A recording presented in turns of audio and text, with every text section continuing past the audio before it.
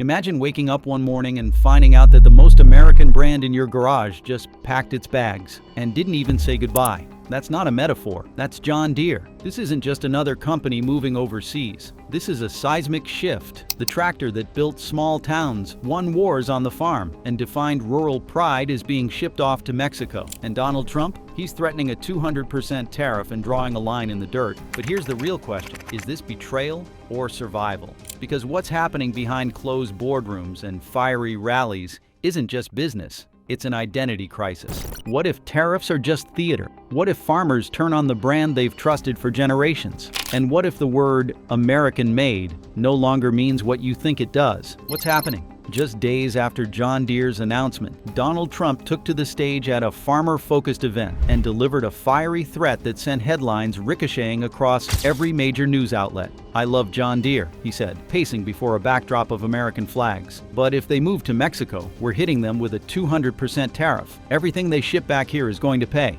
The crowd erupted. It wasn't just a policy statement, it was a declaration, and Trump knew exactly what he was doing. This was not a new move in his playbook. Trump had wielded tariff threats like weapons throughout his presidency. In 2018, it was steel and aluminum.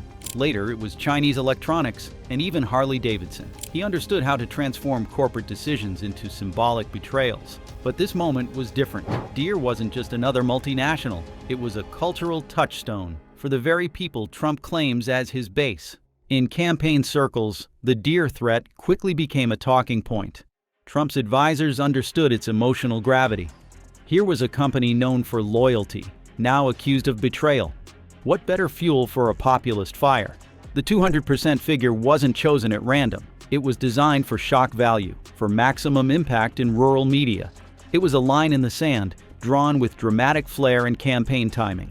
By using John Deere as a wedge, Trump wasn't just retaliating, he was repositioning himself as the lone protector of American manufacturing. Whether the tariff would ever be implemented didn't matter. The message was clear: choose me or lose your legacy. But while Trump's words echoed through newsrooms and dining rooms alike, John Deere's boardroom was silent, and that silence was deafening. Deere doesn't flinch, and that says everything. While Trump roared, John Deere held its ground with a quiet, corporate precision that spoke volumes. There were no emergency reversals, no defensive press tours. Instead, the company released a calm, unembellished statement. The Mexico expansion would continue as planned. The message was surgical. This was about positioning for long-term success in a competitive global market. Deere's refusal to fold wasn't arrogance, it was calculation. Internally, leadership knew this wasn't their first rodeo with political backlash. In previous decades, when other companies bent under public pressure, like Carrier walking back its factory relocation,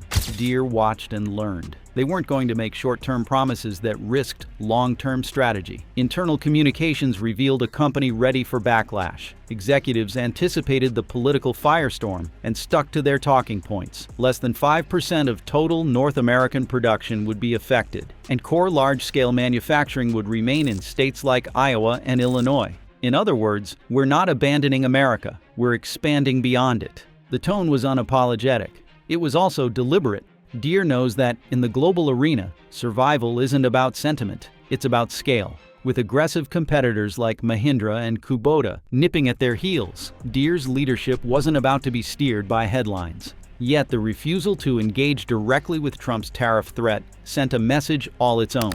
Deere was betting that markets, not media, would determine the real winner in this clash. They weren't interested in a public brawl. They were busy building factories. And the foundation of that strategy, the real reason this decision was made, had everything to do with hard economics. The economic playbook behind the move. When John Deere executives made the decision to open a new manufacturing facility in Ramos Arizpe, Mexico, they weren't chasing headlines. They were chasing leverage. From labor costs to logistics, the math was impossible to ignore. In the United States, a skilled manufacturing worker can earn upwards of $25 to $35 per hour, with benefits and union protections. In Mexico, that cost drops by more than 70%. Over time, the savings are in the tens of millions, but wages were only the beginning. Mexico offered something even more valuable: logistical freedom. With port congestion, U.S. shipping delays, and unpredictable domestic labor shortages, Deere needed a faster, more flexible way to meet demand, especially in booming agricultural markets like Brazil and Argentina. A strategically located plant in northern Mexico brought Deere closer to those customers and gave them an edge their rivals couldn't match. This wasn't a move made in isolation either.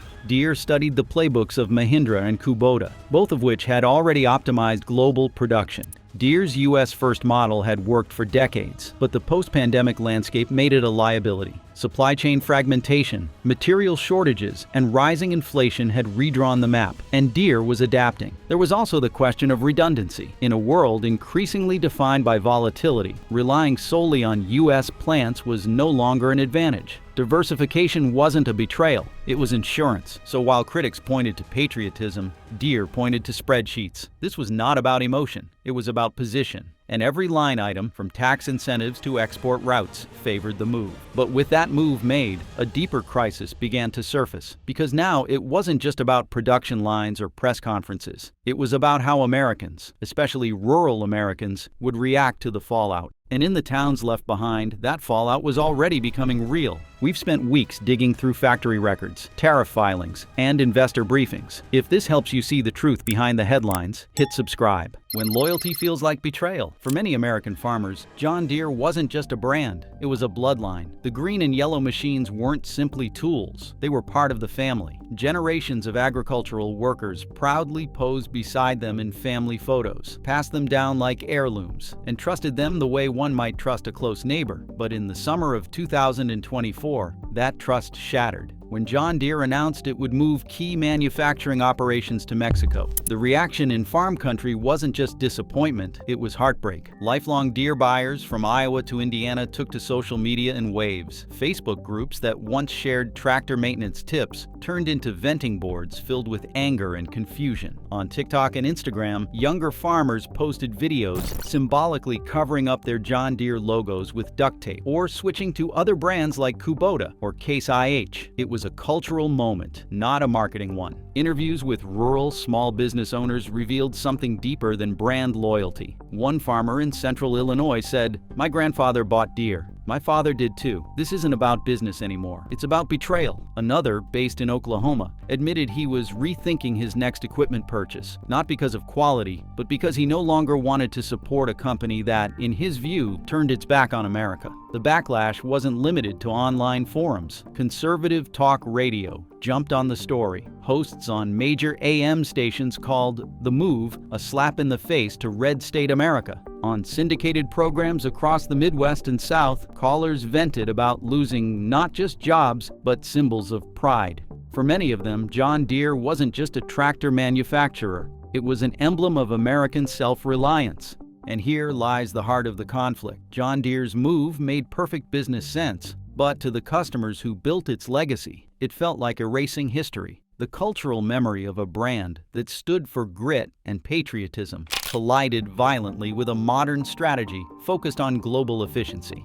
And in that collision, loyalty didn't just crack, it fractured. But it wasn't only the buyers who felt abandoned. The people who built those machines, the ones in the factories themselves, were suddenly left behind too. The factory towns left behind. When news broke that John Deere would relocate some of its production from Iowa to Mexico, the economic aftershocks hit immediately. These weren't just job cuts, they were lifelines being severed in towns that had already been stretched thin. Communities built around John Deere factories began bracing for what felt like an inevitable storm. The factories weren't just sources of income, they were anchors for entire local economies. In Dubuque, Iowa, where mid-frame skid steer and compact track loader production was housed, anxiety spread fast. Union representatives scrambled to get answers. Families worried not just about jobs, but about mortgages, schooling, healthcare, and the emotional fallout of sudden unemployment. For many workers, their connection to John Deere spanned decades. Fathers, sons, cousins, all employed under one roof. One worker, a third-generation employee, told local reporters, "My grandfather helped build this place. Now I've got to explain to my daughter why I might not have a job next year." The consequences rippled outward. Local diners near the factory saw lunchtime traffic thin. Hardware stores and auto shops that relied on factory worker customers began slashing hours. Real estate listings started ticking upward as uncertainty pushed some families to consider relocation. School districts braced for budget hits as parents feared they could no longer afford to stay. It wasn't just about one plant. It was about dozens of satellite effects, dominoes that began to fall the moment John Deere made its announcement. In these towns, there are no quick pivots or overnight alternatives. Factory closures don't just end paychecks. They erase routines, community hubs, and long-held pride in building something tangible. Despite John Deere's assurances that less than 5% of its North American production would shift overseas, the psychological damage was already done. The message sent, intentional or not, was that loyalty no longer mattered, that decades of showing up, punching in, and building America's machines counted for less than a spreadsheet in a boardroom. And when those emotions mixed with national politics, there was one group that didn't flinch and didn't follow the outrage. Wall Street isn't buying the drama. Amid the political chaos and public outcry, the stock market had its own reaction: indifference. John Deere's stock dipped briefly after Trump's 200% tariff threat, but it rebounded quickly, and by the end of the week, it was holding steady, with analysts maintaining a bullish long-term outlook. Why? Because Wall Street doesn't trade on feelings. It trades on forecasts, numbers, and global positioning. And John Deere's strategy, however controversial, was sound. Moving a slice of production to Mexico lowered labor costs, improved access to Latin American markets, and de-risked supply chain bottlenecks. That's not betrayal, that's optimization. Financial giants like BlackRock and Vanguard didn't dump their shares. In fact, some quietly increased holdings. Bloomberg's senior auto analyst described the move as prudent and inevitable. CNBC's midday panel even debated whether other companies would now feel emboldened to do the same, minus the media spectacle. International shareholders, too, shrugged off the backlash. In Europe and Asia, where nationalist backlash was less pronounced, the Deere move was seen as smart portfolio diversification. Global markets don't care about domestic drama. They care about returns. And in that cold calculation lies the real divide. While rural workers and loyal customers were grappling with heartbreak and political machines were turning that pain into talking points, Wall Street was quietly placing its bets. Not on nostalgia, not on slogans, but on the company that had just proven it was willing to take heat in order to win the long game. But that divide between emotional reaction and financial reward is exactly what's fueling the next stage of this story. Because if John Deere can survive backlash from its customers and shrug off threats from a president, what happens when other companies decide they can too? And that's where things start to spiral. The self-driving fraud investigations.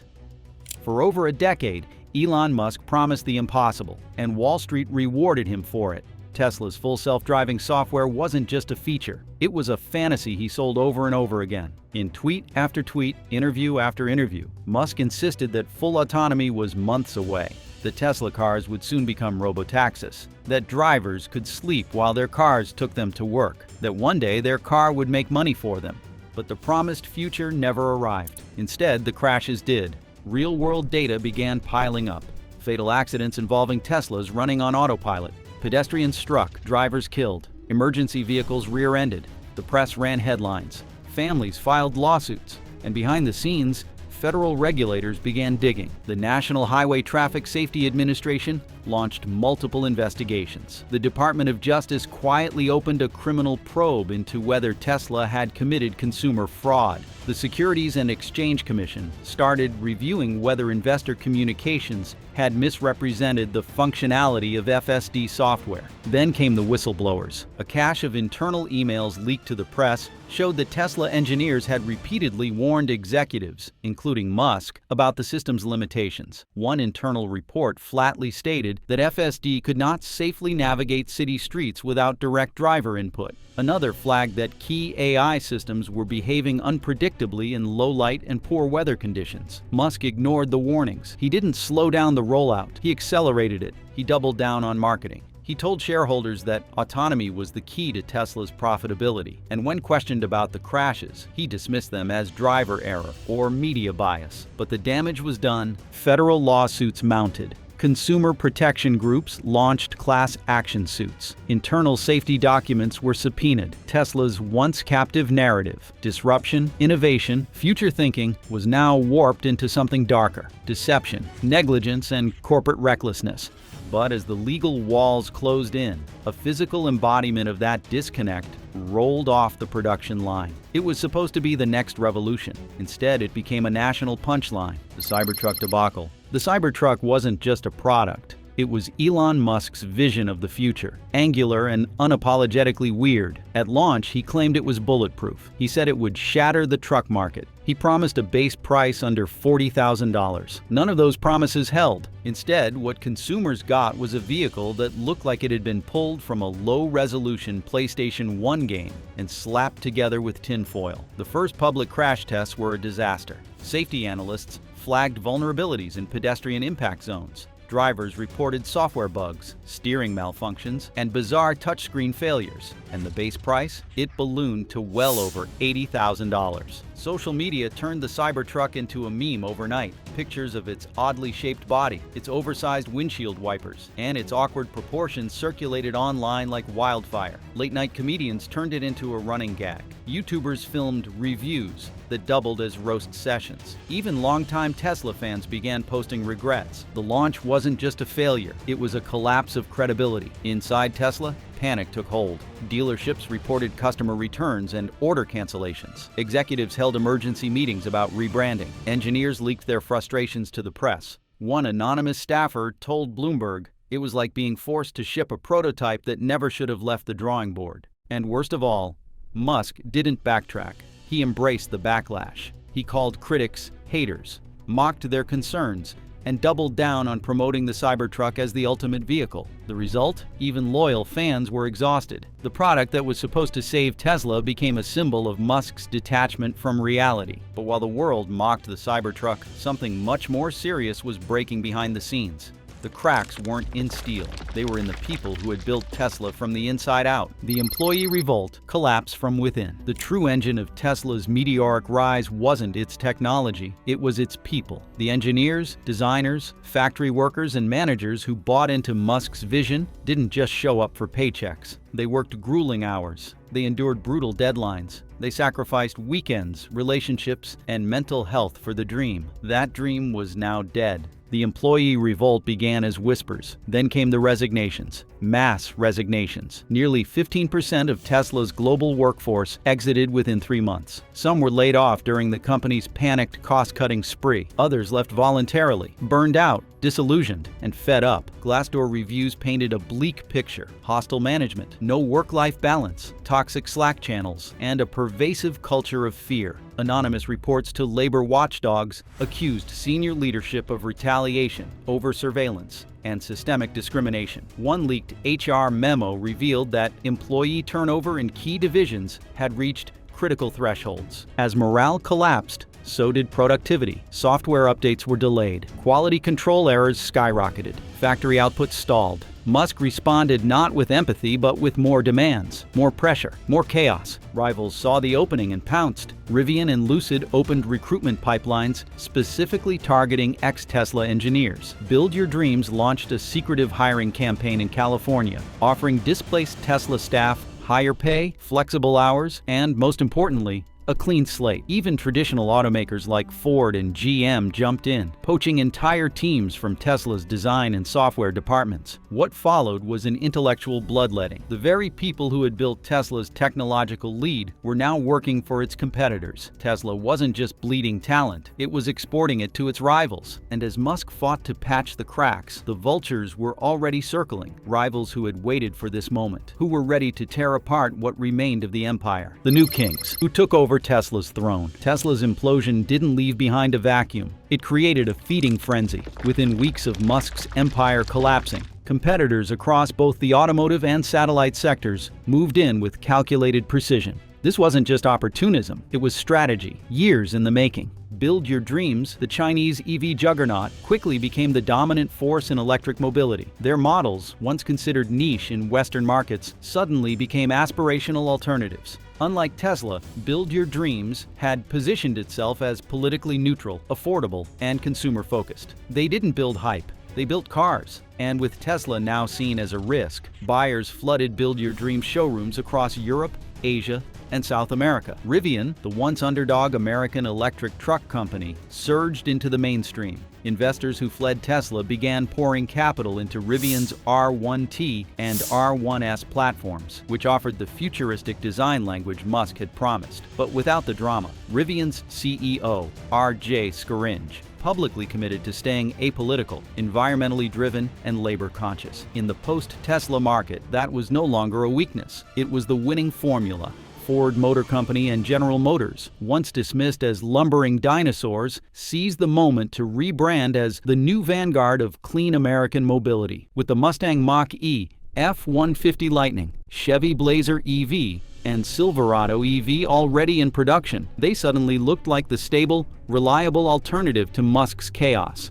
Government fleet contracts that had once gone to Tesla were quietly redirected to Ford and GM. And it wasn't just about the vehicles. In orbit, Amazon's Project Kuiper expanded its satellite constellation at a breakneck pace. For years, Kuiper had struggled to catch up to Starlink's head start, but the collapse of government trust in Starlink and the void left by canceled infrastructure deals opened the door wide. Within months, Amazon secured broadband partnerships in over a dozen countries that had once relied on Starlink. European telecom providers, long wary of Musk's influence, launched their own satellite initiatives, backed by Brussels and aimed specifically at rural connectivity without the political baggage. Tesla and Starlink were no longer titans. They were cautionary tales, and their fall didn't just elevate competitors, it reshaped the battlefield. But they weren't the only ones rising. So were the workers. The labor rebellion. Musk's fall empowers the people. For over a decade, Elon Musk had defined the culture of tech labor. Long hours, no unions, and an almost religious devotion to the mission. Tesla employees were expected to sacrifice their lives at the altar of innovation.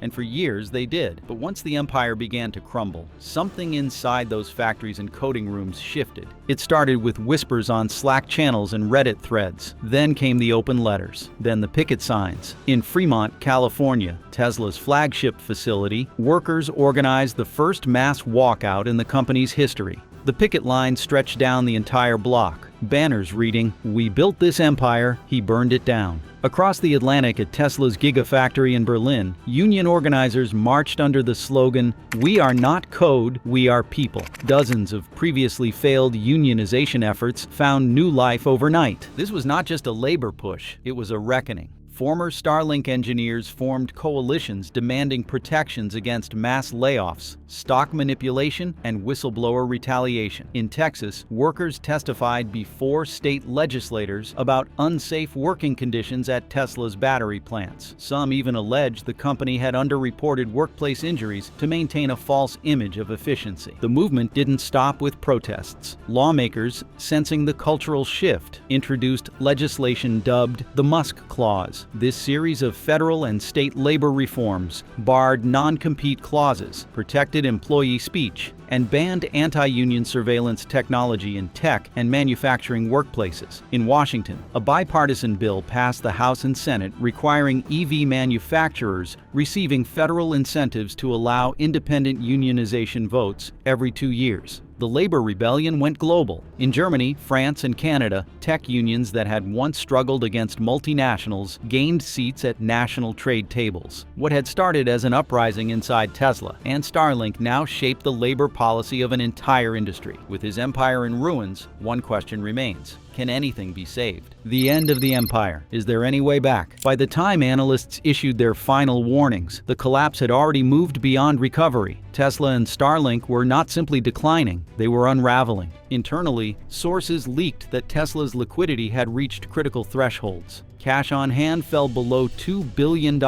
not even enough to cover 1 quarter's operating expenses. Board members resigned in quiet waves. Rumors of bankruptcy filings swirled. Musk himself vanished from public appearances for over 2 weeks, a red flag investors took seriously. Bloomberg and the Financial Times both reported that major banks were preparing for Tesla's possible delisting from the Nasdaq within 12 months. Starlink was no better. After losing over 100 government contracts in a span of 6 months, its revenue stream dried up. International watchdogs raised flags about its data policies, while multiple countries launched formal probes into its surveillance capabilities. Even Amazon's Kuiper, still years behind in infrastructure, was seen as more reliable by national telecom boards. Tesla and Starlink weren't just losing, they were being erased. The leadership vacuum made everything worse. With Musk politically radioactive and Tesla's internal culture in crisis, there was no one left to rebuild trust. Engineers had fled. Designers were poached by competitors. Brand strategists had resigned en masse.